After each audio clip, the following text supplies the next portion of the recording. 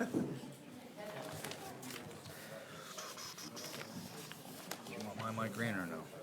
Yeah. We keep them live through the duration.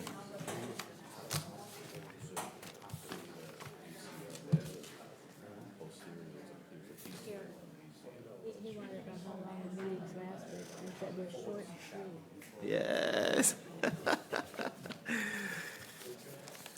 You'll be amazed.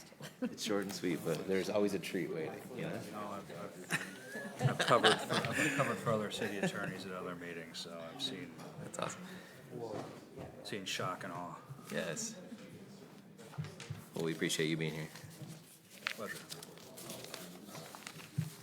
All right, the clock is 6:30. We do need our clerk for roll. There she is. Katie, thanks for transitioning the AV back and forth. We appreciate you. We will allow her a minute, and then we'll go ahead and get started. You're the best. Thank you.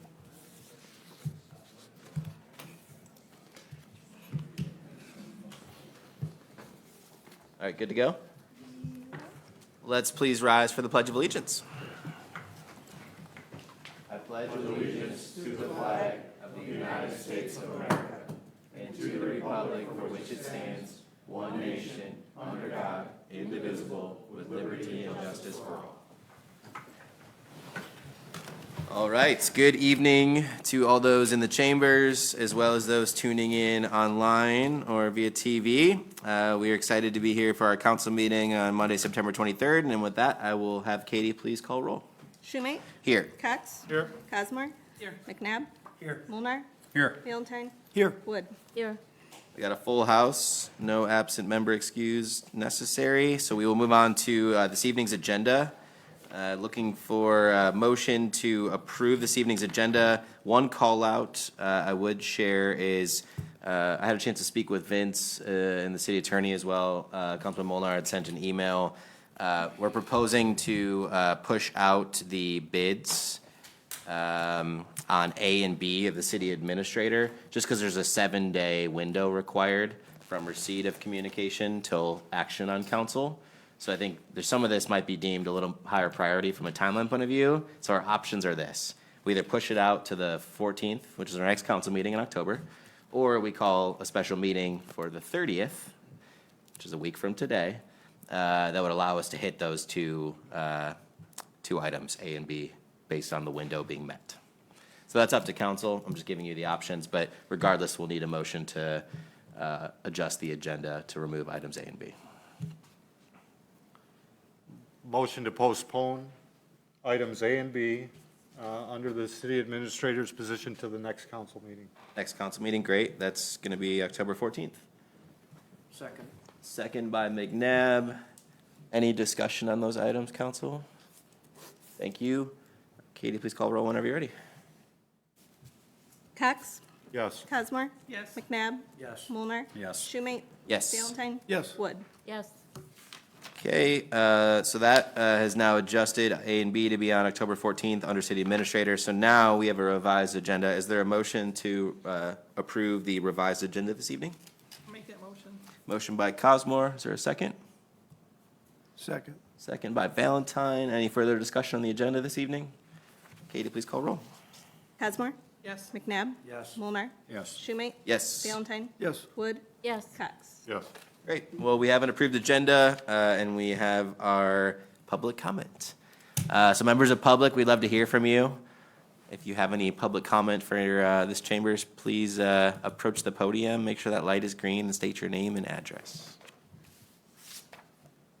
Well, that's a signal that everybody is ready to hear our presentation this evening, which is our superintendent is here, and allow her to introduce her and her team. And they're going to be talking about Gibraltar School District millage renewal proposals. Thank you so much for being here and for all that you do.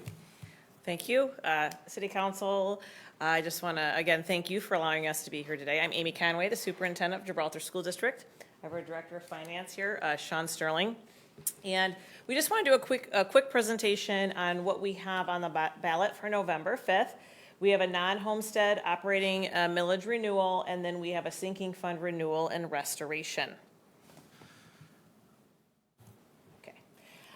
So renewing of the sinking fund millage, so basically the second, did it just jump? Skip one. It did skip one. Hold on. There it is. Okay. All right. So renewing of the non-homestead operating millage. This is a non-homestead operating millage is not levied on our primary residences, which is the home in which homeowners live. It only applies to businesses, second homes, vacant land, and rental property.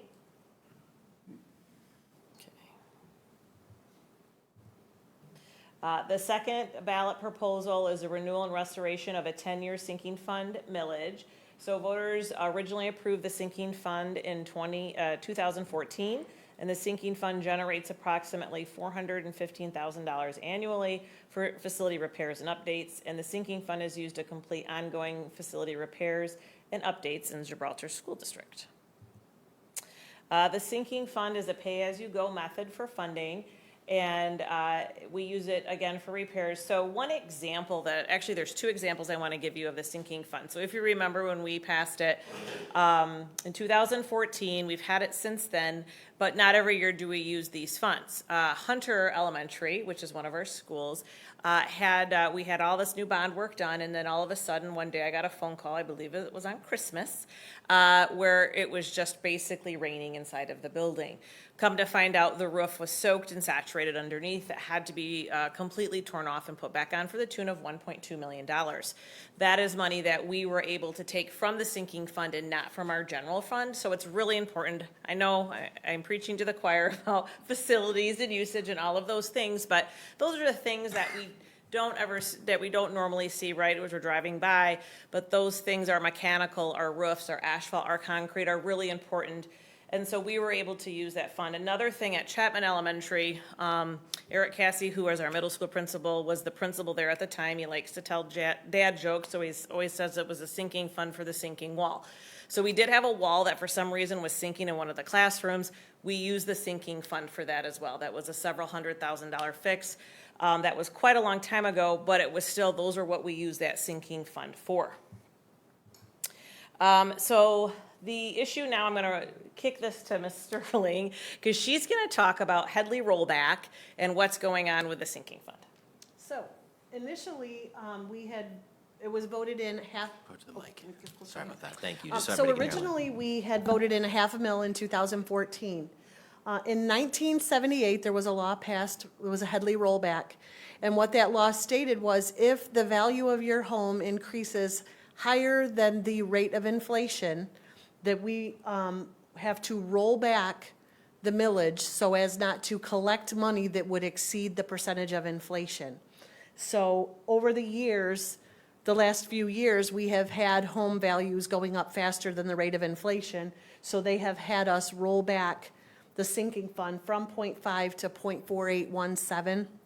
And so this would be a restoration to take it back to the 0.5, because if it continues to roll back, each year that it rolls back, it decreases the amount of money that we collect for the sinking fund.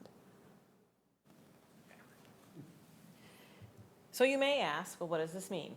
So basically, if you look at home market values on the far left side, let's just go all the way down to the 300,000 mark, to, the half of the taxable value of 150,000. The change would be $2.74 for the year. So a quarter cup of Starbucks coffee, I think, is what we could maybe equate that to.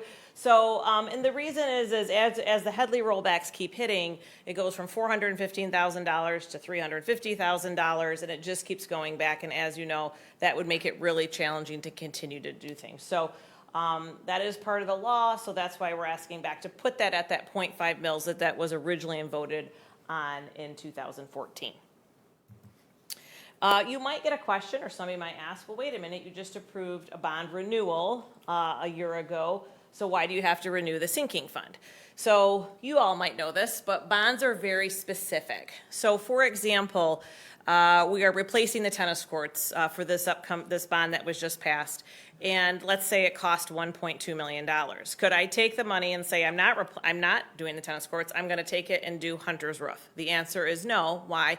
Because that was not specifically put on the bond. The bond application has specific things line by line. They audit Sean every year to make sure we spend the money on what we're supposed to. The sinking fund is, again, different. The state says we can use that on repairs, roofs, mechanical, all of those types of things. So that's how those two funds are different. It gets confusing, so we just wanted to make sure to clarify that. One more thing is there is the RESA millage. So this was voted and approved in 2016, 2020, and now 2024. This brings in $1.4 million to the district every year. We are able to spend it on everything. It's all of Wayne County school districts are included in this. This was one of the things that was really helpful when the district went into deficit in 2014, and then I came on, and Sean came on, and we all had to right-size the district. This is what's been helpful, and we've used this for many, many things. A lot of our money right now is helping with CTE courses. As you know, we need more students in CTE. We need welders, we need plumbers, we need electricians, and so we do have an amazing CTE program. We share it with 9 other districts, so we have about, gosh, it's 27 different programs. So we use funding for that as well.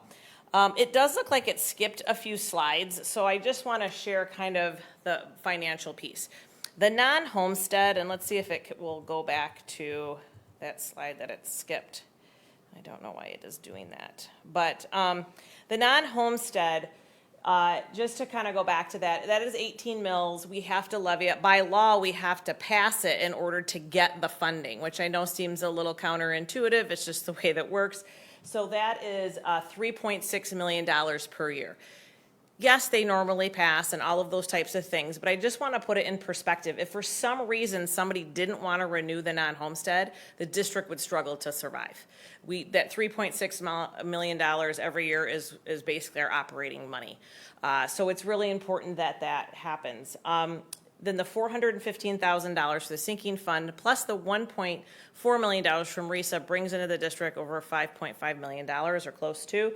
And so it's really important. That's money that we use. You can drive around our district. You can see the improvements that we're making. We're up in student enrollment. We're doing really good with our programming, our athletics. We have the best band in the land. We are working really hard to make sure all the money is where it needs to be, and I think we're showing and doing a really good job of that. So with that, I'll open up any questions. I'm sure you all know when voting is, but I can show you that last slide just in case somebody didn't know. And I'm going to open it up for any questions. Thank you so much for the presentation. Council, any questions? I have commentary, and it is that I've had the pleasure of working with both of you, and it has been a pleasure, and your guys' involvement of our school district has taken us to a level that it is now, which is pretty impressive. And I'm proud to be there. You guys have done a great job of keeping alumni involved. It's keeping the community involved. And I realize that Gibraltar is probably the second or even third largest community that you serve at Gibraltar schools. So it's more than just the city of Gibraltar. It is the city of Rockwood and Brownstown Township, Woodhaven, and Flat Rock. 5 municipalities. Okay, but you guys have done a tremendous job of leadership and management and creating what's there, making sure that you have the proper tools to do that. You've also partnered with us on the school resource and officer in paying for the salaries. That is a mutual benefit to our community or our city at large. And so, yeah, I know from a resident standpoint and a graduate, it's been a pleasure to see what you both have brought to our district and managed it as well as you have. So I'm very happy to be part of the Marauder family. And if there's something that we can do from a council level, whether it's pass a resolution of support or something else, please let us know what we can do to continue to help. Resolution of support is fantastic, but thank you so much, Mr. Molnar. I appreciate it. And we love being here, and you know, it really takes a village. I write a lot about that when I send out my e-blast. It takes a village. Sean and I have a great team. We have you all. We've worked, you know, we're working on the ball fields right now and all those things as well. So we just appreciate the support, and it's a great community. Yeah, I think to remind people that, you know, your home values are tied to your school district. 100%. So we want to, it benefits us as homeowners too, so, and I know how great you two are. Thank you. Yeah, You're, and we do have a great school district, we truly do, so. Your leadership and your team have done phenomenal things, so thank you so much. Thank you. Any other questions from council or comments? I'd like to make the motion to provide a resolution on behalf of the city in support of the sinking fund bond renewal. I'll second it. Second by Cosmore. Any discussion? Katie, please call roll. McNabb? Yes. Mulnar? Yes. Schumate? Yes. Valentine? Yes. Wood? Yes. Cox? Yes. Cosmore? Yes. Motion carried, so we'll put together a resolution in support. Thank you so much for being here. Appreciate the presentation. All right, that will close our public comment and our presentations. Amy, did you have something you'd like to add? Okay, perfect. With that, we'll move on to consent agenda. Members of the public and council, in front of you is a consent agenda, items A through I, bills reference number 6A and 6B, payroll number 910 and 911, city council minutes of 9/9/24, special city council minutes of 9/13/24, special city council minutes of 9/17/2024, planning commission minutes of 8/20/2024, planning commission public hearing minutes of 8/20/2024 regarding R1 horse stables, planning commission public hearing minutes of 8/20/2024 regarding C3 RV parks, and lastly, item I, DDA minutes of 8/20/2024. Is there a motion to approve consent agenda items A through I? I'll make that motion. Motion by Cosmore. Do we have a second this evening? Second? Second by Molnar. Any discussion on consent agenda? Katie, please call roll. Mulnar? Yes. Schumate? Yes. Valentine? Yes. Wood? Yes. Cox? Yes. Cosmore? Yes. McNabb? Yes. Fantastic. Next up on our agenda is our communications. Council, in front of you in your packet, you will see item A, which is the MML membership renewal for 11/1/2024 to 10/31/2025. You'll see the letter addressed to City Clerk Tomasic. You'll see the detailed balance considerations of $3,530 in the notice. And then you'll see the detail of different membership benefits at a glance. Katie, Amy, anything else you'd like to comment on from an MML perspective? So, Katie, I'm assuming we would need probably two motions, or at least one. One would be to confirm the payment to MML, and second would be to receive and file the communication, or what would you be looking for this evening? I would be looking for a motion to approve the membership renewal. Perfect. So council will be looking for the motion to approve the MML membership renewal in the amount of $3,530 as detailed in the notice. So moved. Second. Motion by Molnar, second by Valentine. Any discussion? All right, Katie, please call roll. Schumate? Yes. Valentine? Yes. Wood? Yes. Cox? Yes. Cosmore? Yes. McNabb? Yes. Mulnar? Yes. For the discussion purpose, I did just make it clear that we've benefited from our membership in MML, both for the insurance opportunities available to us and the resources with posting jobs availability, and people see that. So it is, we're not just passing through and just saying yes to anything. The value that we get in terms of what they offer to their members has proven its worth to us this year. Well said. I know Treasurer Fonte's still working with MML regarding the surety bond coverage, so thank you for the continued work there, and I'm sure we'll get to that later. Next in my agenda, my report is going to be items A through C. Council, in your packet, there's some details and attachments that I provided, but I'll go each item by item. For item A, it's the surety bond for the treasurer. Simply put, we've had a pretty extensive amount of exchange with our city attorney, with our MML representative, with Treasurer Fonte, some council members included. Long story short, hopefully this exchange stops soon with a resolution for a surety bond in place. I feel we're getting close, but when we keep getting close, we seem to find a new piece of feedback in that exchange. So full transparency, we've had continued communication, and I hope this plane lands here soon. Treasurer Fonte, anything you'd like to add? No. Great. Item number B, and that would obviously fulfill our obligations, and we'd be checking the box from a county requirement perspective. Second item is weed harvester. We had a meeting with the county to align on our IGA. We have an updated quote from the weed harvester that was shared. So, Councilman McNabb, anything you want to add on the weed harvester front? I have nothing to share. It's been very good. Awesome. There's been some changes made, and we're going to go from there. Hopefully things Fantastic. will roll through. Amazing. Next item on my list is lead lines. We had a meeting internally to address kind of current state and Eagle and state requirements. Just flag it for council, and Amy, feel free when we get to your report if you want to provide any commentary, but looks like you've been in active discussion with Eagle, and looks like our first deadline we're coming up on is activity through the 30th of September, with a deadline, quote me if I'm wrong, October 4th? Okay, great. So that's our next milestone. Amy, do you mind do you feel good about how we're tracking from a data and provision to Eagle perspective? All my data has been updated. I'm just waiting to make sure that nothing happens in the last 2 weeks of September. And then anything to that matter, I'll get it added and get everything sent out to them. Awesome. For those that couldn't hear, data is being gathered and getting it sent in by the deadline.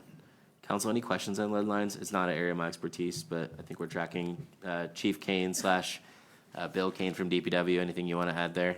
No, we'll have the inventory done mid-October. Great. And then Chelsea, I know you've been doing a lot of work, and you're in the audience, but we have the ability for our DPW team to pass out the survey that residents can complete in regards to the in-home component of that. Everything tracking okay? Great. They said today that they haven't gotten any pictures yet, but. Okay. Let's just keep council appraised, and with the pictures for the in-home inventory, let's make sure we have a communication push and support for you all there. It goes to the GIS system. All it's gotta do is log in. Cool, great. Council, any questions on lead lines? All right. Next up is Shuva. In your packet, I put the updated chart for basically year-over-year activity and month-over-month activity. You'll see that the trend continues. 2024, we're tracking on an average basis below historical standards. As you know, we got a check for 210,000 and change from our look-back report. So the trends with Shuva seem to be positive. We do see seasonality and weather impacts, and you'll see, for example, like this most recent August report, 12.7%, while it's much lower than previous years, or somewhat lower than 23 on an absolute basis, is still higher than the early component of the year. So seeing normal trends, those trends seem to be on an average basis below historical year analyses. Any questions on Shuva? Yeah, please. Mayor, if you recall, I went for you. Yes.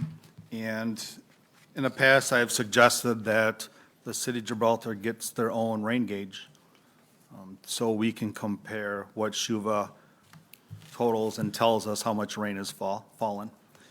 When I was there Wednesday, excuse me, I inquired about what rain gauge they use around their whole facility. And I got talking to a few of the people there, and they are going to supply us and maintain a rain gauge on top of the DPW for us. That's fantastic. We'll be able to see real-time data of how much rain is here, because a lot of you know that it'll rain in Rockwood, it won't rain here, or it'll rain in Trenton and not here. So that's very good for us to follow ups on, or would rain here and nowhere else. But, so I just want to let you know that. They'll be in contact with me shortly to see. I just need to run some power up there for them, so they could have that on the roof of the DPW. So if anybody wonders what that can will be up there, that's what it is. It's a rain gauge. I appreciate you for representing Shuva as the alternate and for coordinating the acquisition of a rain gauge. Next item on my list, which I'm looking for council's input or action if they so chose, we have our ordinance commission. Vince assured me that's going to kick off in October, so next month. The ordinance committee, just for you background purposes, was rooted out of planning and DDA. We have $50,000 to review our ordinance language and update that. The current members are, from a planning and DDA perspective, Jim Bilk and Marie Mendoza-Bach. From a city hall perspective or elected official perspective, Vince, attorney, and myself. From a council perspective, Councilman Molnar and Councilwoman Cosmore. and then our building official and our city planner. I had a really good discussion, Bill Baker, resident, longstanding planning and DDA commission member, electrical inspector who played a critical role in 4th of July.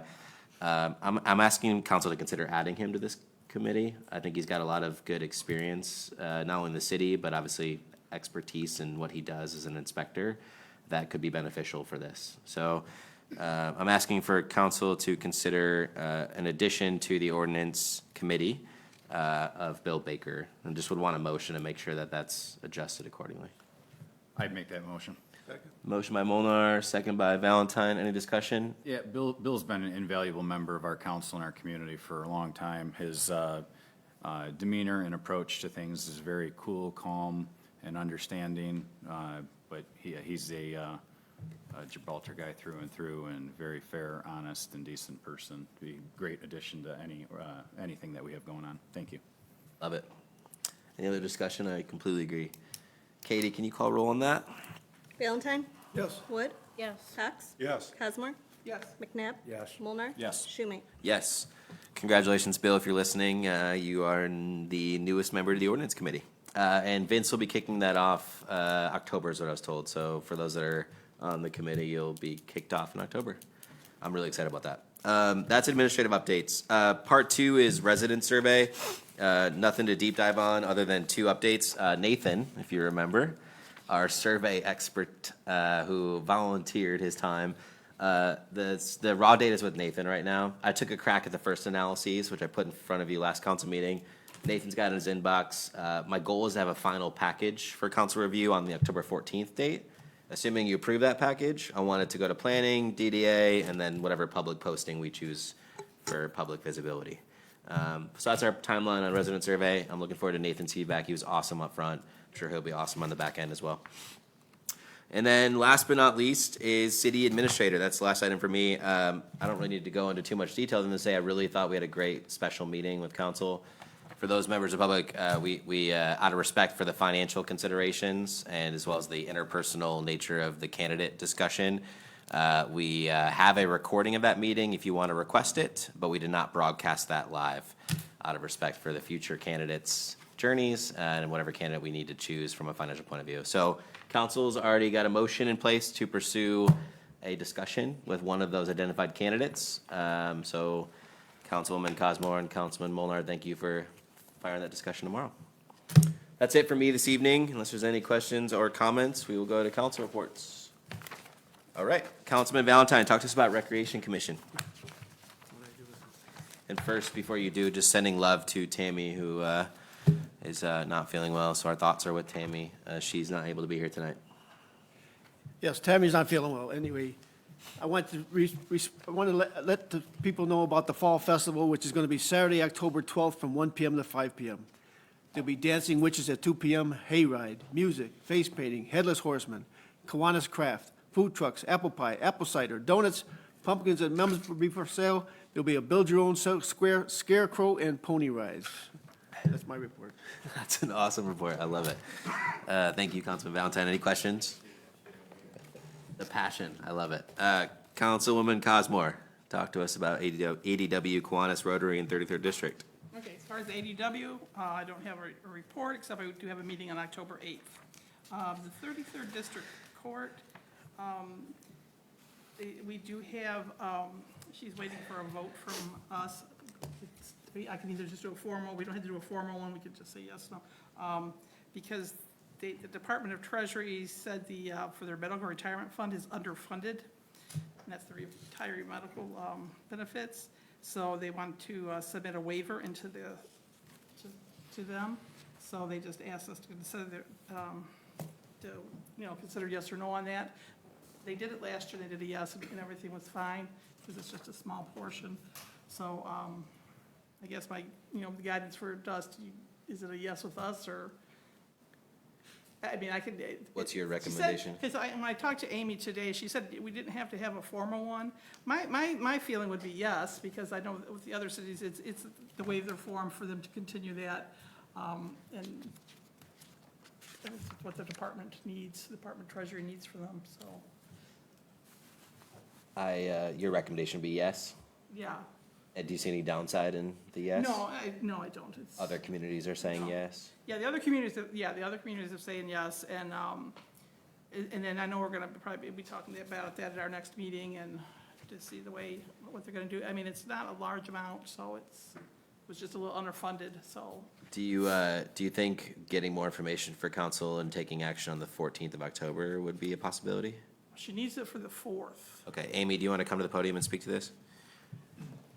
I was gonna say, it's the same thing we have to do because we're underfunded on the retiree healthcare as well. Okay. So it's a form that we have to file, just showing that you're on track, that you're continuously putting this money towards it to get it to a certain percentage. And in your financial expertise, we should be recommending a yes? Yes. Okay, great.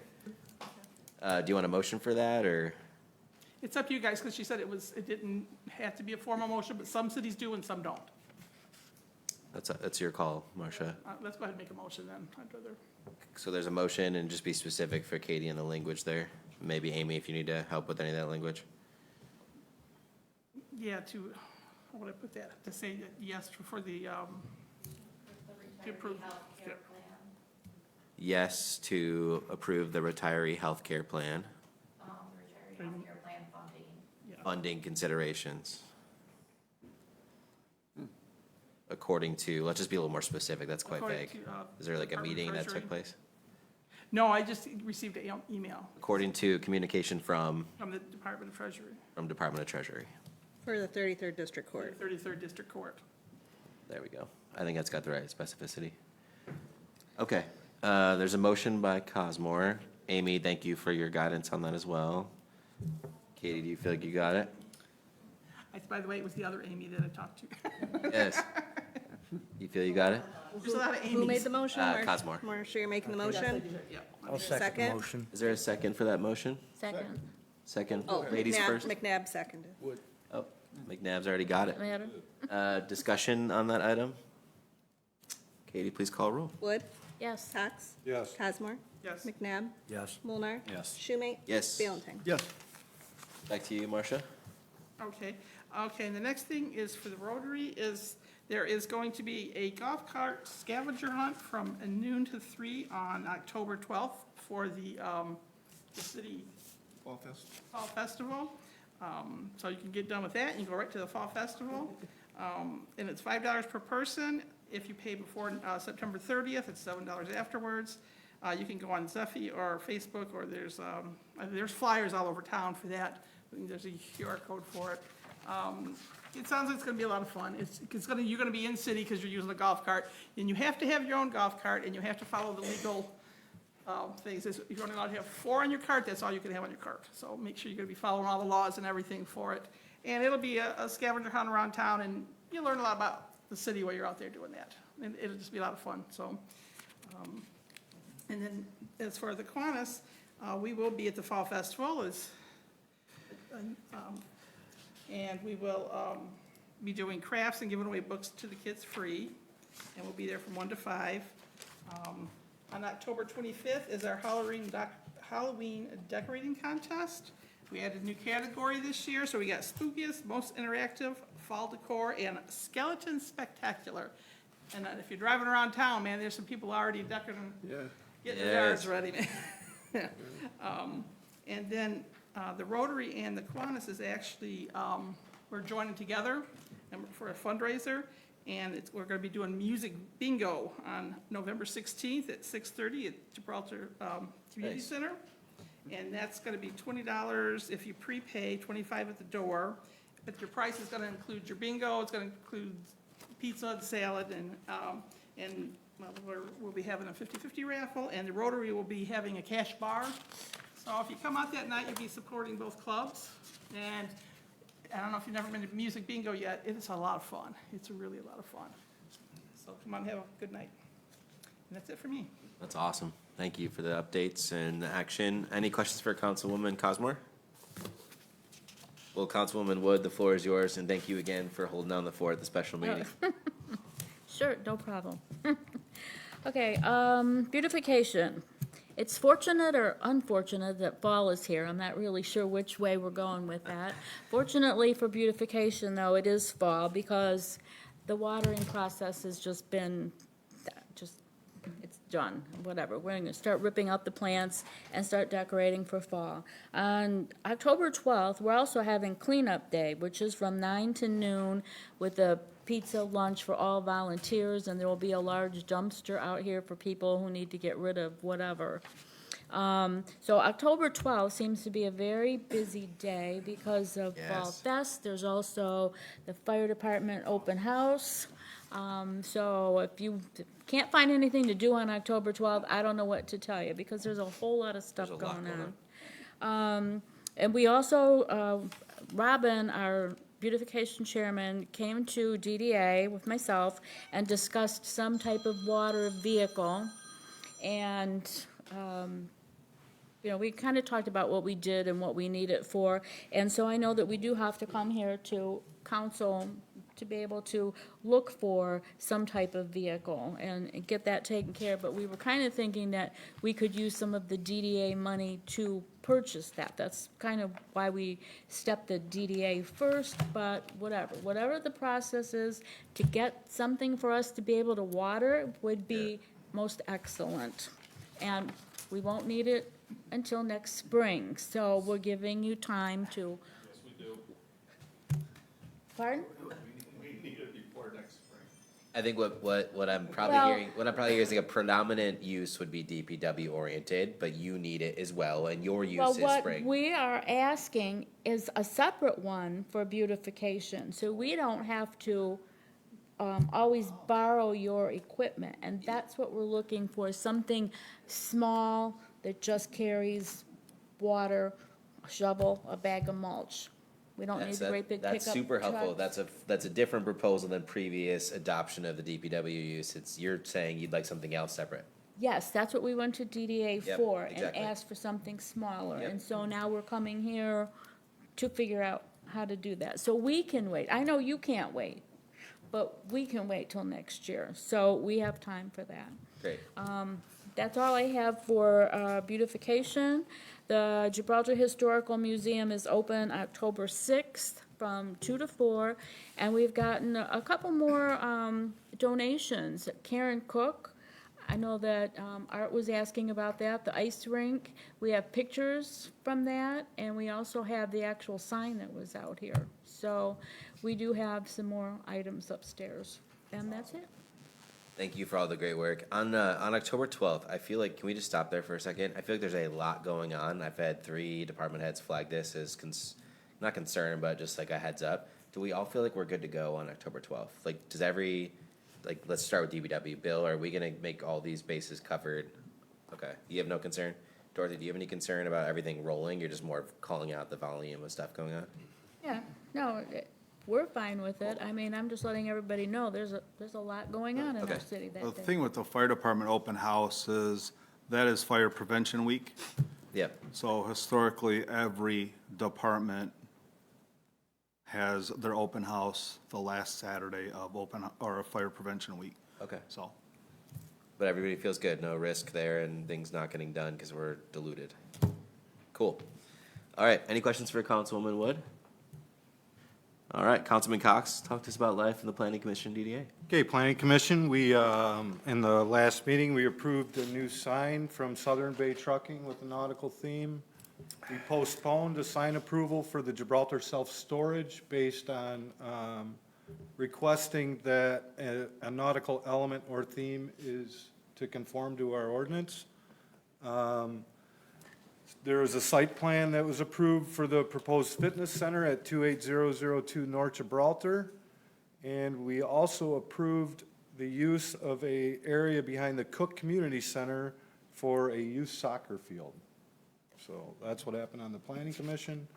The DDA, we had approved 2 not-to-exceed amounts based on bids that were being received for the Talbert Community Center HVAC system and the City Hall roof. Those items tonight were postponed off the agenda to discuss them at the next meeting, so we'll discuss them at further length at our next council meeting. Amazing. While we're on the topic, just like maybe your guidance here and what you think is best, because out of the 2 items, one is critical and needing me to postpone, which council motion for. On the rejection of the other one, the rejection of the bids for the roofs, do we need council action for that, or do we allow Vince to go back to those bidders with a rejection? I'm just thinking if we should hit that today or also wait to the 14th. It doesn't matter because the project is spring is what I'm being. I don't think there's any issue with waiting for Vince. It's based on, it's over budget, right? The bids came in over budget. It's not an emergency situation where the roof is Cool. leaking. The idea is to postpone that bid till next spring. Cool. So I don't see there's any purpose in waiting on that one if we didn't want to. We could make a motion tonight to, Council, it's up to If I could add, Yeah. in Vince's proposed action, Yeah. he does have a recommended action motion to move to reject. Yeah, that's what I'm City thinking. Hall roof So with that one, replacement doesn't need to wait. If council wants to take that action tonight, we could obviously take that action. That way it closes the loop with the open bidding process. But that's up to you. If that needs to wait till the 14th, we can do that. But it sounds like we have the ability to do that this evening. So if council chooses, you could have a motion to reject the bids for the reasons Councilman Cox mentioned. My only concern, I have no idea if my company bid on that or didn't bid on that, or where it's at, but if there's an issue with conflict of interest, then I want to make sure that I'm observing the 7-day period there. So I'm in the dark on that. Yeah, I don't think it hurts to wait, because, yeah. Okay, we'll wait for Vince. Good call. Thank you, Councilman Mueller. We'll wait. Cool. Any other questions for Councilman Cox? All right, thank you for representing. Councilman McNabb, Waterways Commission? Where we are with the water harvester, we may know that we're moving forward. Our last meeting, we only had 3 members there. We have 2 new applicants that will be applying, and the minutes will be brought together when we get the applicants and get the information. Mr. Penland will create the minutes for our last meeting. That's where we're at right now. That's all I have to offer at this point. That's awesome. And now's actually a good time. Before we get to your section, do you mind just introducing yourself? This is our city attorney representative today. Sure. My name's David Lechner. I'm sitting in for City Attorney Anthony Bologna, just for today's meeting only. So with our sit-in, one thing that we'll follow up on with your office is we had the meeting with the county. And one thing we had asked for was we want to execute the IGA once we are able to review that with council. And we also wanted to see if they could parallel path the procurement phase so that we're not waiting for this bottleneck of paperwork, then procurement, because the procurement process takes, educate me, 9 months or something like that? Oh, yeah. So with that being said, let's just take that as a follow-up for tonight. Sure. For your office, which is checking in with the county legal representatives. And Anthony was on that call to see if we can get the play button moving on the agreement and that we can push on the procurement. I want to make sure we didn't miss that. Thank you, Councilman McNabb. They say have patience. Yes, and they seemed open to the idea of parallel pathing the procurement, which makes sense, because there's no reason to hold that phase up, assuming the funds are already secured. It's just paperwork that's needed. That's where we're at. Thank you, and we got that proposal from a weed harvester design. Yep, Yes. cool. Thank you. We'll follow up on that. Just want to make sure we don't miss it. Any questions for Councilman McNabb on the waterways? Councilman Molnar? No report. All right. Any questions for Councilman Molnar? Great. City Attorney Bologna, just because Parks and Recreation Director Goris is resting and recovering, we're thinking about you. But we'll turn the floor over to you. I don't have anything to report. Well, no report is on your end. Any questions for our city attorney office besides the actions we just talked about for the weed harvester? Great. City administrator, again, excited about the special meeting. Hopefully we have that seat filled soon. Vince is not able to be here today, and the items he had are postponed till the 14th as motioned by council. So Clerk Tomasic, talk to us about life. Sure. Short report. As Ms. Conway alluded to earlier, election season is upon us once again. And so absentee ballots for the November 5th general election are available this week. For those who have already requested one or who are on our permanent list, you'll be getting those. They'll be mailed out this week. You should get them by next week. If you'd like an absentee ballot, just contact the clerk's office. We'll get one for you. And early voting is going to be huge this election, super helpful. 9 days of early in-person voting opens on Saturday, October 26th. runs 9 days through Sunday, November 3rd, from 8:30 to 8:30 a.m. to 4:30 p.m. at the Gil Talbert Community Center. It's going to be a great way to beat the lines, the inevitable long lines on Election Day, in-person early voting. Yeah, you can get right in and get right out. Yeah. And then Election Day also on November 5th, 7 a.m. to 8 p.m. The polls will be open. It's an immense lift on your part, Katie, and it takes an army, so just thank you for all the work you're doing to get us ready and in excellence execution mode for the significant election cycle that's coming. Appreciate it. Thank you. That's all I have to report. Awesome. Any questions for Clerk Tomasic? Treasurer Fonte, talk to us about life in your lane. No report, Mayor. Awesome. I do think it's important, and I think probably relevant to your lane too, on the identified water observation. I know we've been exchanging emails with council. It's really incredibly important that you all are aware of this. I think the current proposal is to have a discussion on this at the Infrastructure Advisory Committee, which is the 26th. But in short, observation that was notified to our office September 12th, which looks like water that can't be accounted for, which obviously has a financial impact. Chelsea, just above and beyond, thank you for your work in putting forth a bunch of data as much as possible, as you do always in your role. And so we got everything we had to council. Treasurer Fonte's got good expertise in the infrastructure lane amongst many, so he's been deep diving on some of the analyses there and questions that need to be answered. Hopefully this will converge on a infrastructure advisory deep dive. And then we'll hopefully come to council for an update on the 14th of October.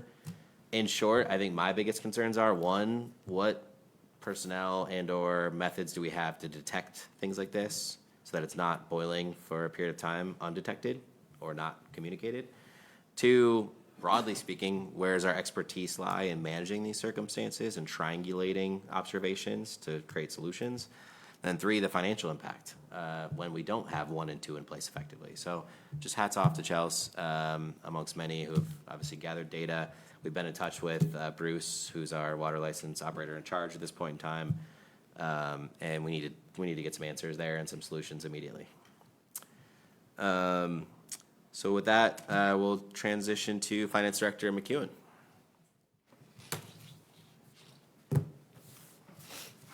I feel like I have a lot of talking.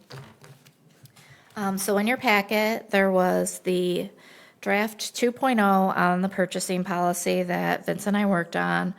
We're looking to see if there's any comments on it. In red, he noted all the different changes. He kind of realigned when things were set up. There was no change to section 1 or 2. Section 3 was moved from a different section in the purchasing policy.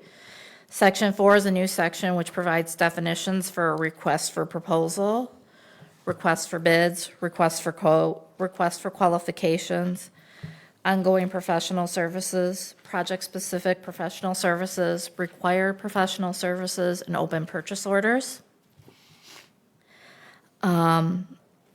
For section 5, we added that an RFP award requires city council approval.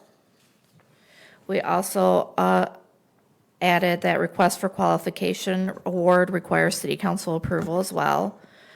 That there's purchase orders for a city administrator shall issue a purchase order if requisition meets all conditions for approval. In the absence of the city administrator, the finance director shall be authorized to issue a purchase order. There is no change to section 6.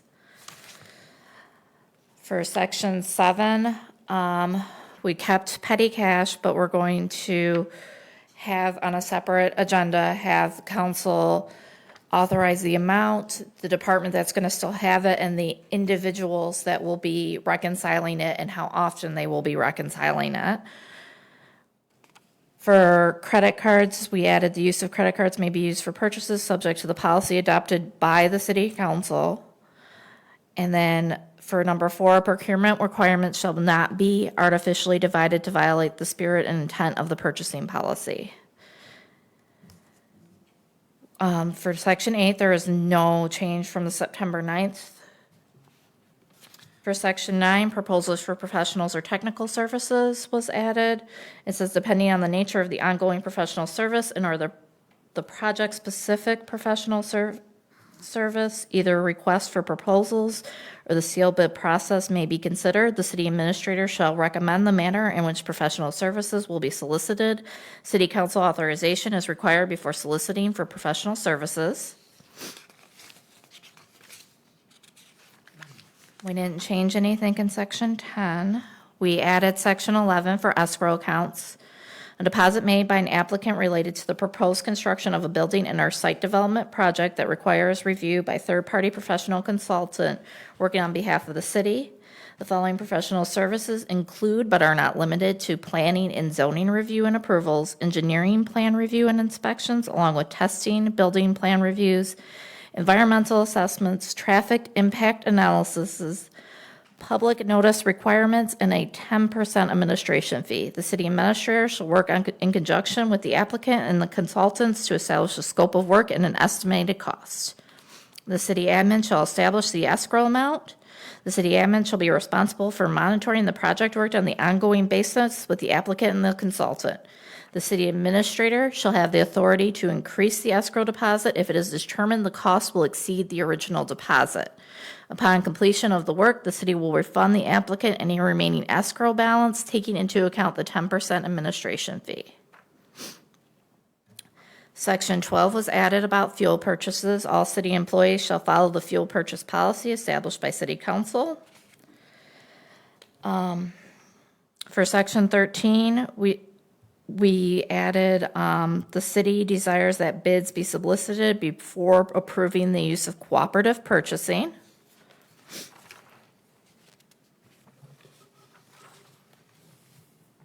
For Section 14, we have professional development and training. All requests for professional development and training outside of the region shall be submitted to the city council for approval prior to registration.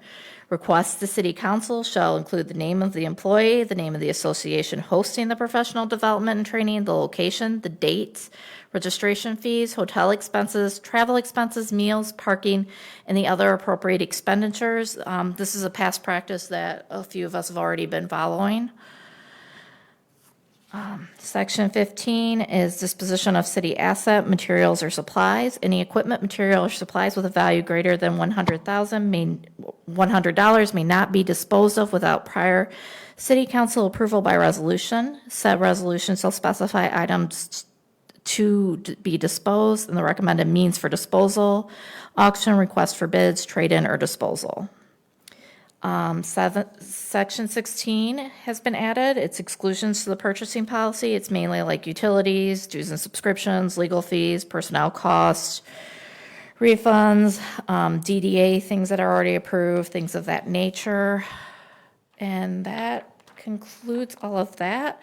I'm mainly presenting to see if you guys have any additions that you want added, any comments, any commentary, anything of that nature, because Vince and I plan to work on this until the next meeting and then get a final draft out to everybody before the next meeting.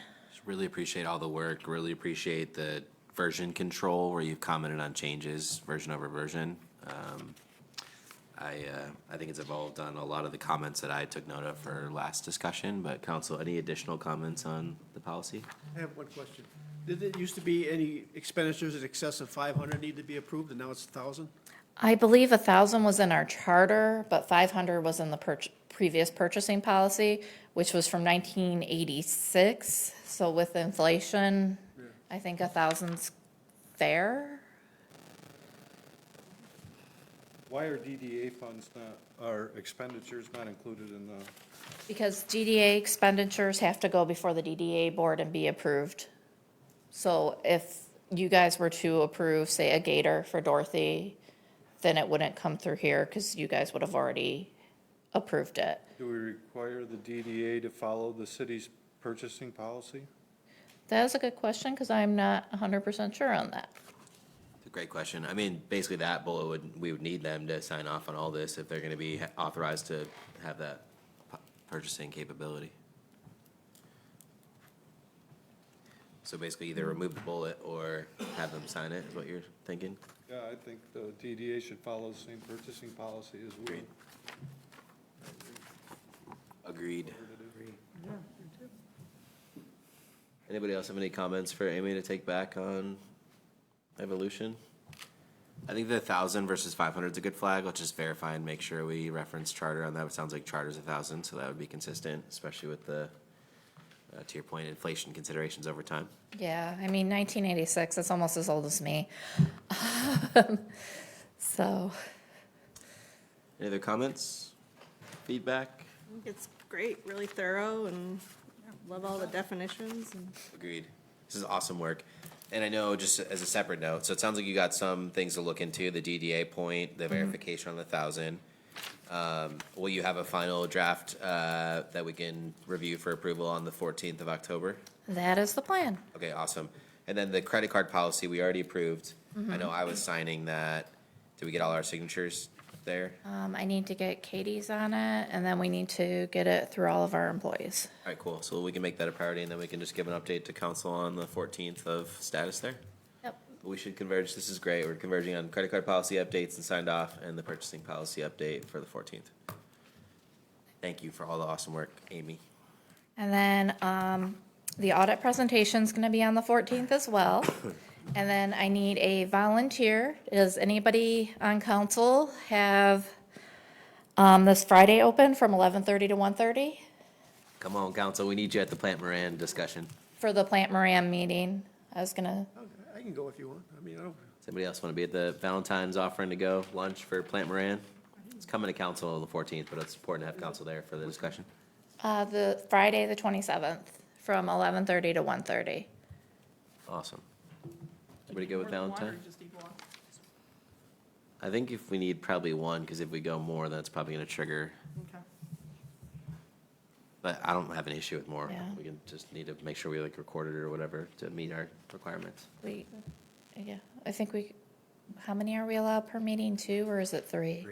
3, so we could have one more. But with the updated guidance, I think 3 or more triggers open meeting disclosure Oh, okay.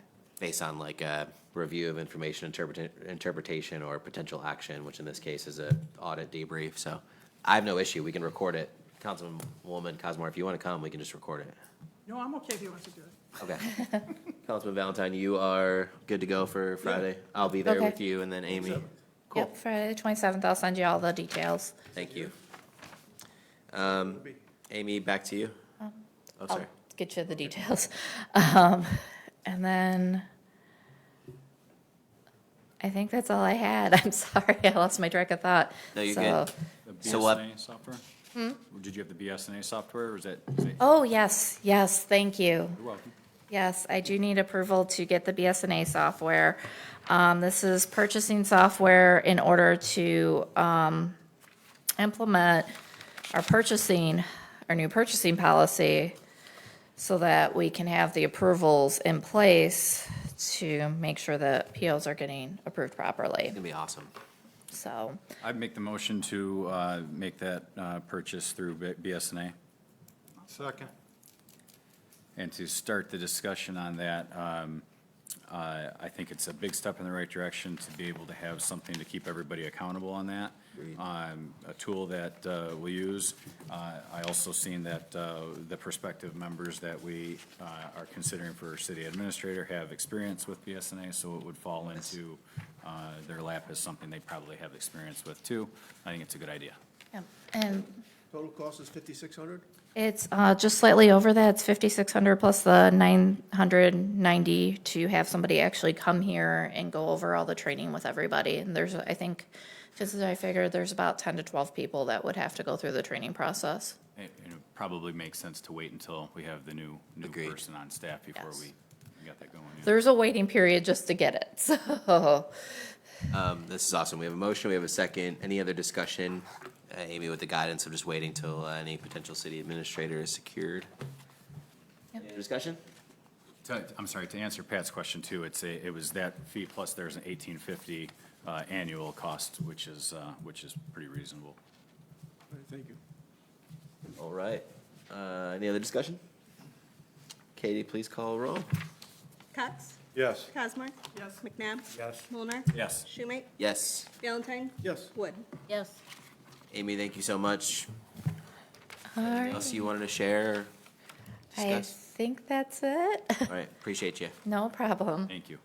Next up, we have Police Chief Tangway. Thank you, Mayor and Council. Before Council tonight is the Police Department report for the month of August with some updates in it, showing the stats for August. The only update in stat-wise that came in since the last report was the court cost, which is on about the third page back, showing our August court cost owing $740.97. And again, once we're budgeted for $68.50.17 a month. News in the police department, dispatch, again, I think I reported last time is doing well. When I wrote this, I had put in here that the new 800 pagers will be in place soon. Well, they've arrived. We have one here to demonstrate. This is about an $80,000 purchase that the DCC provided to us in Rockwood for our combined dispatch. Since we went combined dispatch, DCC had purchased these well in advance, and they just gave them to us for free, so it was awesome. It'll make dispatching fire runs much easier for the dispatchers. It's a little bit bulkier to carry, but it's also state-of-the-art technology. Combined Dispatch is also working on some radio channels, which we're going to, the PDs have determined that it's just going to be better to have Rockwood and Gibraltar on one channel for police department. That way we're broadcasting on that channel. We're small enough, and then if we have to go privately somewhere, we'll go to like a PD1 or PD1 for each department we'll still have. But it'll just be easier because we back each other up on a lot of calls anyway. So they're scanning us, we're scanning them, so we're going to go to just one combined channel. Our first invoice for the combined dispatch was sent out. I believe the check probably came today, I think, in the mail. It was for $10,463.01. Amy and the mayor worked on that for a prorated version, and I included that in the packet. A stop work order was placed on the Humbud Marinas. We found several projects going on without permits or permits not in place. The mayor and I have scheduled a meeting with ownership this week to hopefully get that rectified and fixed. An update on 13300 Middle Gibraltar Road. We found a letter that was drafted on July 31st from our planner, along with another letter from the building department, which the planner drafted a letter stating her feelings on it, and then to the building department drafted a letter of a plan forward. Ownership has also received that letter. In follow-up of that, I've contacted our city attorney, who's out of town. I sent an email to him last week on our process for anybody that may be living in an area that's not zoned for that area. Waiting to hear back on that. And then also on my notes here, Sergeant Trush's graduation from Staff and Command is October 11th. That's an evening. I'll be attending, and I think the mayor's going to attend if he can. Absolutely. And I'm not sure, is anybody else attending? Councilman Mulner, are you attending? I'll be there. Yep, I think I saw the invitation list, so great opportunity for that. In the packet, I also had put a discussion item. I just wanted to discuss with council that when we combined with Rockwood for dispatch, one of the not trick points, but one of the reasons they were not going to consider us was that we don't have an emergency medical dispatch center because we don't have two dispatchers working in there. But EMD dispatch is something we've always provided. We have that in our center, and we told them we would be updating that. I had received some quotes prior to that, and our plan was to go ahead and buy this, but DCC reached out to me and asked me to submit to them, and they are going to consider paying for this also. So we're in the process of waiting for that. If DCC pays for that, that's about $6,300, I think it comes out to, somewhere in that area. So hopefully they'll pay for that, and we won't have to. If not, we'll come back to council and ask for that another time. And that's it for my report. Great work, Chief. And I was in dispatch today, and feedback's been really positive on the operational side with the combined effort. So thank you for all your oversight on that. Welcome. I have one other thing I made a note here last minute. I just sent an email to the mayor and to Amy. I'll send it to Marcia and maybe the rest of council. There is some push in the higher governments to restructure the way courts are funded. And the email was troubling, talked about a lot of things how it could have an effect on smaller communities and some processes and what to follow. So I'll forward it on so everybody can read it and maybe talk to our state reps and different things and get ahead of that before it gets through. I think it's in a committee right now, is what he said. Appreciate that. Any questions for Chief Tangway? Yeah, Chief, there was also an effort made to get our ordinance officer to display the permits, have the permit owners display their permits. Is that correct? So I followed up with him, sent him an email about permit displayed on sites. I drove around and looked for a couple, and you were correct. I talked to one gentleman who said, I've got it in my truck. I've talked to another gentleman who just said, I don't have a copy of it, but I think it's on file at City Hall. So we're going to just, it's going to be probably a training to get, most of the projects were in areas that I think that we'd have to put a board up, like you said. If we put the board up, the permit should be posted to it. One gentleman was real quick. He said, hey, I'm digging a hole here. I'll put it in the back of my backhoe window. Well, that really doesn't get it either. So, But at least it's displayed, and we wouldn't even had to stop. I would have saw it. But, yeah, but just so you know, our ordinance officer and myself still have access to an email every time McKenna enters a permit, and it's entered into the system. It goes to an email, so we can go into that email. It's not as easy to find. It kind of says the address and what the permit is, but emails still go out for every permit that's entered, so they are easy to track. So the public needs to know the permit is required to be posted, visually posted on the site. So, I mean, this is standard operating procedure in the construction industry. So we're not asking, and the ordinance isn't asking for anything more than what is common in the industry. So displaying it in an excavator that could be picked up and moved, transported somewhere, that's not how you do it. So, the public should be aware that, so that we could minimize a lot of discussions at council. The permits are supposed to be required, they're required to be displayed. So if you don't see one, then there's a problem. And whether it's ignoring it from past practices, but it should be displayed. And the public has the right to see that so that we can minimize these discussions, whether it's permitted or not. It's written right on the permit where to display it, It's right black and white. right there. Some of our properties are unique if you consider like the Humbud properties, where maybe at the entrance to the property, they can put a board. Absolutely. Yeah, There are some unique properties where if you're back deep into a marina complex or something where they're doing work, you may not. So maybe just something simple like that would be good. Agreed. Fantastic. Any questions for Chief? All right. Thanks again, Chief.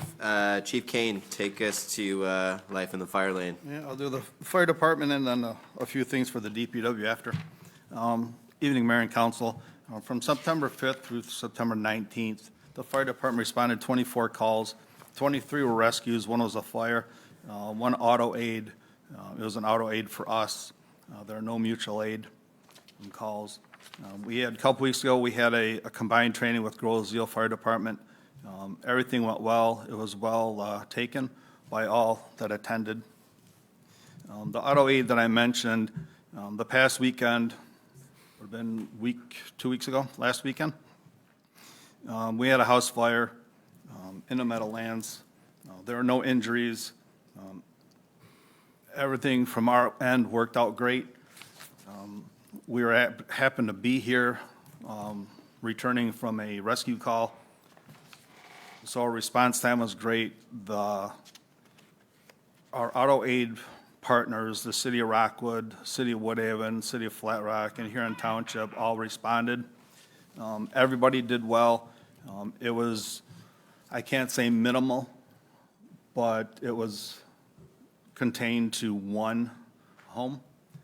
Normally, in a park-type atmosphere, there's more than one that goes up. The wind was in our favor. The multiple people that were there were in our favor. Sergeant Joe Schaefer, when I showed up a little bit late. I was performing a wedding, so I showed up a couple minutes late. But Sergeant Joe Schaefer was in charge, and I've gotten 2 compliments from him from the City of Rockwood chief and the City of Huron Township chief, that he did a fantastic job maintaining order at the scene. The engines had both their trucks, or both their pumps recertified. We get this done every year. Our EMS billing, a lot of you know Acumed. I've talked to Amy a little bit. They're going to a more real-time data. So we'll be able to see daily the funds that are coming in as for EMS rescue or runs or things like that. Everybody knows October 12th is fire prevention. It's a busy day. It's from 10 to 2. We actually hired 2 more firefighters. One is going through the school at Schoolcraft, and the other one is a fully EMT firefighter trained. So that's good to find out. We're getting people that are actually trained. We don't have to wait and keep sending them to school. I'm going to skip one. We received a letter from the state of Michigan, the EMS division, and I will hit the bullet points for it, and I will submit the letter so you guys can have it on file. It's made out to the Gibraltar Fire Department, attention myself.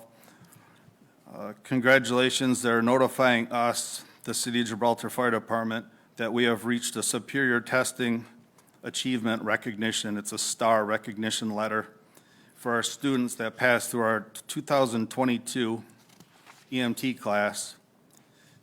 The students scored 90% or higher on the test for the class and also for the state test. It's a very nice recognition. We're in the top tier for our class. So it's congratulating to Patricia Cunningham, our instructor, and all the guys and girls on the fire department to help her out, to teach these kids. The kids come out very well trained. It's incredible work. Congratulations. Last thing for the fire department is I want to recognize some people for their years of service here. Ellen Such, you guys know her. She's on EMS, or she's on the fire department. She's at the DPW. She's been on the fire department for a year. Lenny is a year. Nobody can say his name correctly. Cindy Simon's been here 5 years. Melissa Percy has been here 9 years. Heather Jones has been here 10 years. And I saved the last one, the best one for last. John Wood, that's sitting out in the audience. Everybody knows him either by showing up on a call or speaking up at a council meeting.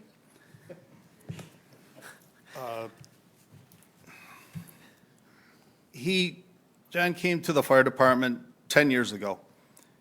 Tuesday was his 10-year anniversary. He came here at 55? No, 60. I collapsed. I was giving you younger. At 63 years old. There's not many people out there that want to run into a burning building or wake up at 2 o'clock in the morning for somebody that stubbed their toe. But John is one of them. God love him, he made every call. Yes, he would complain about being so early or being so late or whatever complaint he had. But he was a hell of an asset. John gave me his retirement letter. I think he wants to spend more quality time with the missus, right? I'm not going to answer that. Maybe he does, but I don't. He's good with making calls. But all kidding aside, he called me to talk to me about it. And we've been through some fires. We've been through some situations. He's a great guy. He is a true asset to the fire department. He'll be sadly missed. I'm sure he'll be around. Gives him more time to come to the council meetings now, and you don't have to jump up and leave. So I want to recognize him for 10 years, but also as an outstanding firefighter, first responder, and an asset to the city of Gibraltar and the Gibraltar Fire Department. Yes.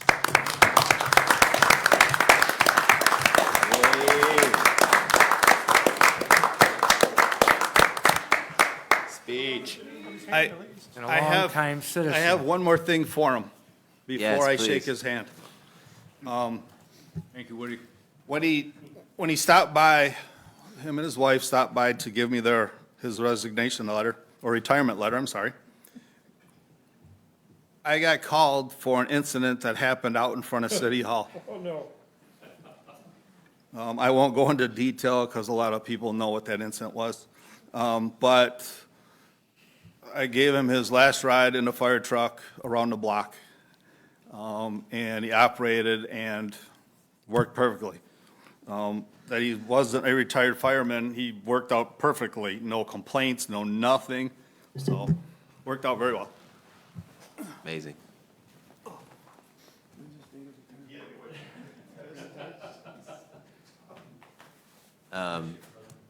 Woody, please feel free to say whatever words you'd like, but just profusely thank you for all you've done for the city of Gibraltar and the fire department, and we appreciate it immensely. And it'll be a long-standing impact for the generations behind you. I'm just glad I could do it. I always wanted to be a firefighter. I started a little late. I worked so much before that I couldn't join because I couldn't do what I do. So I'm glad you guys had me. I'm glad I was here, and glad I could help out. You're still going to play in the game? Thank you. Doing the basketball game. Still going to play in the game in December? Basketball game. Basketball game? Yeah. Sure, I'll be there. Yes. Is it open for retirees? Yes. Is it open for retirees? Yeah, he's grandfathered status. Thank you, Woody. My granddaughter just found out she's pregnant. Congratulations. I know you did a laundry list, obviously the focus on Woody and his retirement and celebration. Obviously, just hats off to Sergeant Jones in the room, many others who have longstanding service and who are out there doing right by our community every day. Like, just thank you, above and beyond. Okay, now I can move to the DPW for a couple items for you. You might have noticed that we power washed off the lighthouse here and all the dog houses, so they looked a little brighter. I'm going to try to find somebody or look into what it would cost to paint that, repaint it. Over the 20 or 25 years this building's been open and the numerous power washings we've done, we're getting closer to the base. So, any suggestions, I would love to know what they are. Otherwise, I'm just gonna look for. That's an EFIS or a stucco product, correct? Yes, usually that's troweled on. There's a couple people out there that I can think of. I'll get with you offline. So I don't know if we should paint it or re-stucco it, so. Sounds like he's got some experts Yeah. for you. Just connect with Rob offline. We helped with Rockwood last Monday with a water break. They were down to one guy. One of their part-time employees was involved in a minor accident. Oh, no. And it's a family member of the Rockwood full-time personnel, so they were down to one. It was on Huron River Drive. We went there, helped them, got it done, came back. The MS4 permit, there's an accomplishment letter. We passed, we did a very good job with everything. The MS4 permit was the stormwater prevention that we have to do. The inspectors, or the two people from Eagle, were pretty impressed because a 7-hour inspection took us 3 hours. We had everything they needed, and we had very good records for them, so went very well. I mentioned something to Amy prior to the meeting. I'd like to meet with Amy and Vince about some concrete work that needs to be done around town, seeing if there's any in the budget, or I know we're getting close to the time frame, but there's a few things that haven't been done in a couple of years. I'm assuming you're bringing that to the Infrastructure Advisory Committee on Thursday? Yeah, I brought a couple lists already, so, yep. We're filling out the lead and copper paperwork, as I mentioned earlier, for the citywide inventory for the state. I'll have more of that, if not all of it, by that council meeting, because it'll be done. A few things that came out of the last water break that we had, I put it in your packet. A piece of machinery to look into for the DPW. It's sort of costly, but I just wanted to show you what a lot of the downriver communities are buying. For this machine has numerous attachments to it. It can cut the sides of the roads or break concrete, and it's on a track machine. The last thing I have, I apologize, it wasn't in your packet, but I also got another quote. I know there's been sort of an email chain about some high weeds Yes. coming onto properties. For those of you that don't know, Wayne County only cuts 4 foot from the road. They won't go any farther off the road. If you look up Gibraltar Road, actually looked really nice today. The DPW for the past 50 years have been cutting that because the county never cuts it that far back. They only cut 4 feet. We've always cut it to save our residents from running into deer when they jump out on Gibraltar Road. Yeah. There's certain things that we can't reach, obviously, because the ditches are deep Yep. or steep. So I knew that email was going through, a couple residents were complaining about some areas. But I got this, for $2,254 for a week, you can rent an arm, and the machine and an arm. So if the county doesn't come out, I'm just giving you guys an idea of what it would cost to reach to those areas. Equipment that would allow us to Yeah. address that. Yep. Just for council's background, I don't think a lot of you were on this thread. We had residents from Meadowlands that had shared concern around weed height as it relates to traffic visibility, pulling in and out, which is a very important concern.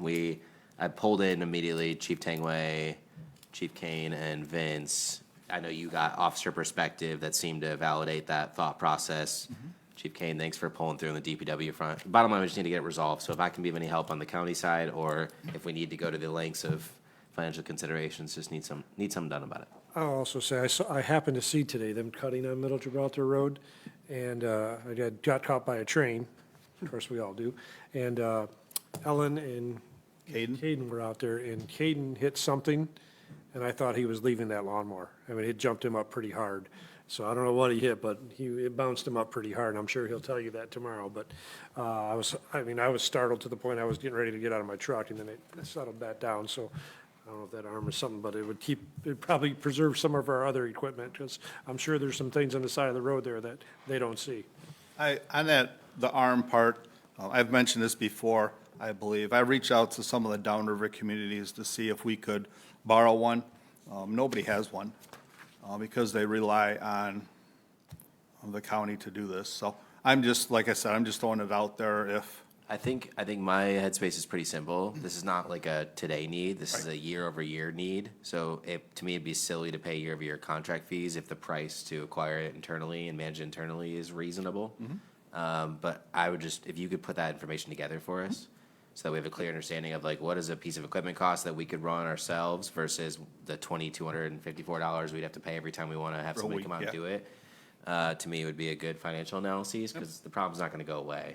And we're not going to always get county action promptly, and if it's a safety risk, then let's get it done. Yeah. Sometimes they do a fair job and I'm not saying nothing bad about them, but normally when that guy does a great, over the years I've been here, when you get that one good guy that will cut everything for you, they move him up to something else.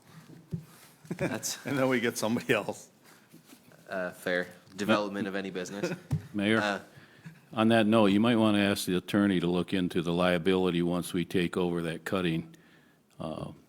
Is that a good thing, or? Very, very astute point. Yeah, maybe there needs to be more pressure put on the county to do this work. Why don't we do that? Why don't we take that? Great call. Why don't we take that as an action? If you could just take note of that, we'll forward you the email thread. I don't think we pulled an attorney yet, but to the point of Treasurer Fonte, like if county's got ownership or responsibility, let's just weigh that in context of. The county has come through last week, down West Jefferson. Yep. With their arm up.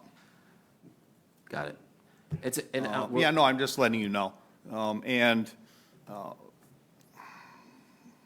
Yeah, I mean, they'll even cut after we're done cutting. Bottom line, it's a problem that was presented, so here we are. We have some paths to explore. Bill, let's work on that analysis, and then good call, Treasurer Fonte will pull attorney in just to make sure we're understanding what our liability could be. Thank you, Chief Kane. Anything else on your end? All good. Congrats to the fire department, and I think Sergeant Joe Schaefer was the one that we didn't get a chance to double down on, but thank you for managing that Meadowlands fire so effectively, and all the feedback from the communities that supported. With that being said, no unfinished business this evening, no new business, no tabled and referred items. So let's go back to our public comment. Members of public, we'd love to hear from you. If you have any public comment, please approach that mic and make sure that light is green and state your name and address.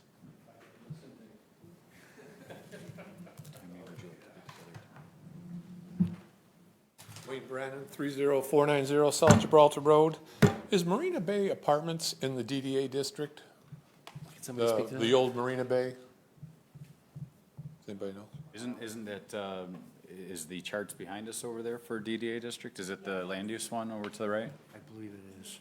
Is that on that? I just wondered, because they said that all the signs had to be nautical themes, and they just put up all new signs and there's no nautical on them. So if it is the DDA district. I think it does. It falls in there all the way. Helpful. So you said Marina Bay signage does not reflect Marina. It's not Marina Bay anymore. the new company, I can't remember. The name. location you're referring to? Right. We'll take that as an They action. just put up like 3 new signs, so. We will take that as an action, thank you. And it's like beat the dead horse, 13,500. It's been about 10 weeks now. They said they were gonna pave out front of there or something. People are jumping curbs to park there. They're blocking the fire hydrants. They're blocking everything. You know, there's a big sign out there, overflow parking with lights on it and everything. Somebody's gonna get hurt. And is the city liable if something does happen, because that is public property? It's not a parking zone. I just don't want to see anybody get hurt. A guy pulled out in front of me again the other night going through there. Something's going to happen. We obviously have had a lot of discussion at council and understand planning that. I DDA. just wanted to know. We agree that there needs to be action to evolve that situation, and I think the planning and DDA had a couple different options presented and discussed publicly, one of which was to shut down parking on the bridge side and enable a parking flow on the other Already side. put poles up, you've put up sign, you've had to put yellow Agreed. poles out, you put signs on Wilson Street. You guys went over, I'm not, but sooner or later, something's gonna happen. I really And when you're appreciate that, sir. parking within, I think it was 15 feet of fire hydrants, a ticketable offense, 30 feet within a red blinking light district, and a crosswalk's an offense. I'm just saying, it's violations all the time. It's, I just don't want to see anybody get hurt and the city be liable for it. We don't want anybody to get hurt either, and All right, completely thank you. share your concerns.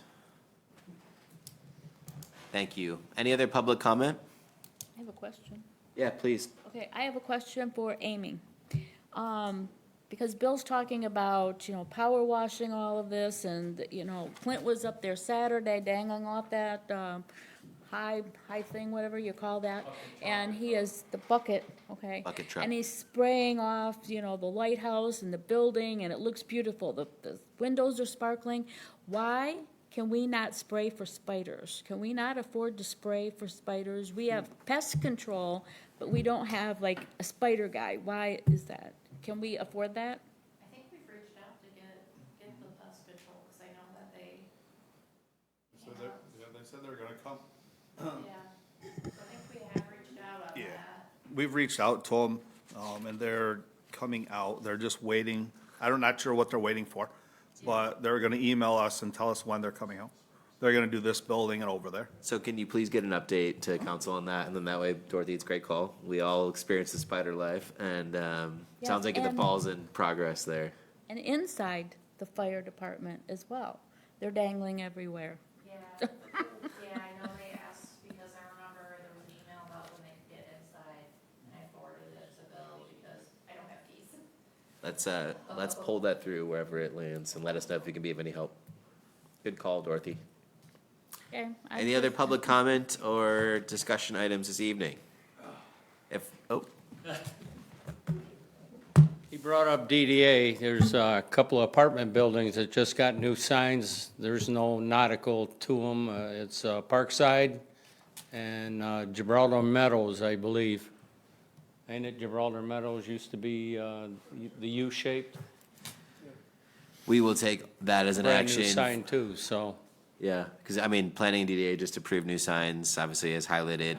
Let's take that as an We action. didn't have those signs in front of us. Those signs were not presented, so thank you for the call out, and we will make sure from an enforcement and follow-up perspective, we chase it down. Any other public comment? All right, well, it is 7:59, and I'd love a motion to adjourn. I'll make that motion. Motion by Cosmore, Second. second by Wood. Katie, please call a roll. Osmer? Yes. McNabb? Yes. Mulnar? Yes. Schumate? Yes. Valentine? Yes. Wood? Yes. Cox? Yes. Meeting adjourned. Have an awesome evening, everybody. This wasn't as long as usual. You got lucky. Every once in a while, it had to happen. Thank you for being there. I'll make sure we follow up at the office on a couple of those items there. Okay. I just didn't want to lose the train of thought, so just make sure those are captured for Anthony. Yeah,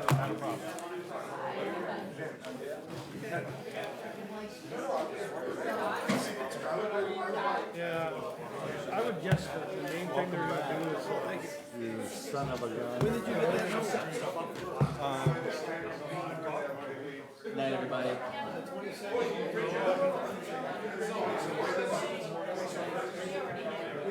So that's